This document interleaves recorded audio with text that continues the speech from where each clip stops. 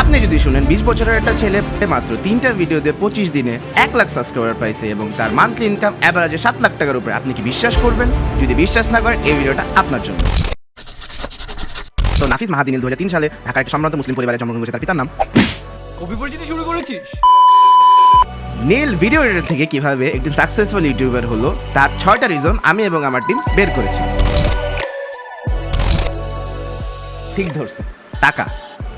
ইউটিউবে money, self development, motivation, educational video অনেক বেশি চলে। নীলের টপিক সিলেকশন এবং সার্টেন নিশ ধরার স্ট্র্যাটেজি লিটারালি অনেক কাজে দিচ্ছে।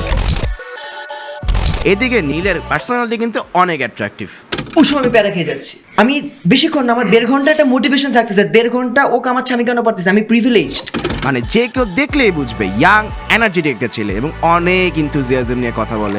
সহজ করে বুঝে যে কথা বলতে পারে এটাই ওর ম্যাজিক। খাস বাংলায় বললে ও মার্কেট খাওয়াই দেবে। ইউটিউবের মেন জিনিস হলো সিটিআর, কতজন মানুষের সামনে ভিডিওটা আসলো আর কতজন সেটাতে ক্লিক করলো, এটাই সিটিআর। সিটিআর মেনটেন করা যায় টাইটেল আর থাম্বনেল দিয়ে, অ্যান্ড এটা নীল জানে। নীল স্মার্টলি তার থাম্বনেল সিম্পল রাখে আর টাইটেলে কোয়েশ্চেন্স এন্ড নাম্বারস ইনক্লুড করে, ব্যাস ক্লিক মাস্ট। নীলের ইউটিউব পরিচয় বাদেও কিন্তু একটা পরিচয় আছে, he is a professional video editor and currently ওর একটা এজেন্সি আছে যেটা ইন্টারন্যাশনাল ইউটিউবারদের সাথেও কাজ করতেছে। তো নিজের চ্যানেলের প্রোডাকশন কোয়ালিটি অনেক হাই থাকবে এটাই অবভিয়াস না? ওর ক্যামেরা অ্যান্ড সাউন্ড ইকুইপমেন্ট একদম প্রফেশনাল গ্রেডের। Most of the video professional স্টুডিওতে শ্যুট করা, আর তার সাথে ছোট ছোট অ্যানিমেশনগুলো অডিয়েন্সকে ধরে রাখার জন্য অনেক পারফেক্টলি এডিট করা থাকে। ভিডিওর কোয়ালিটিতে একদম zero compromise, but there is a saying, marketing is half of the product. কিন্তু ভিডিও যতই মাল হোক, মানুষজনের কাছে না যায়, মানুষজন দেখবে কি করে? নীল এক্সপার্ট মার্কেটারের মতো এসইও করে আর ওর মেন ভিডিও থেকে শর্ট ফর্ম কন্টেন্ট তৈরি করে, আর এই শর্ট ফর্ম কন্টেন্ট আরও বেশি রিচ এনে দেয়। And another marketing trick in YouTube is consistency.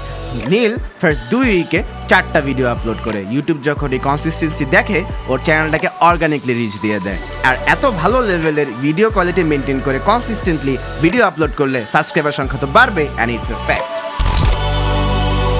Sense পডকাস্টের কথা না বললে নেই, পডকাস্টটা অনেক বেশি ইনফরমেটিভ ছিল।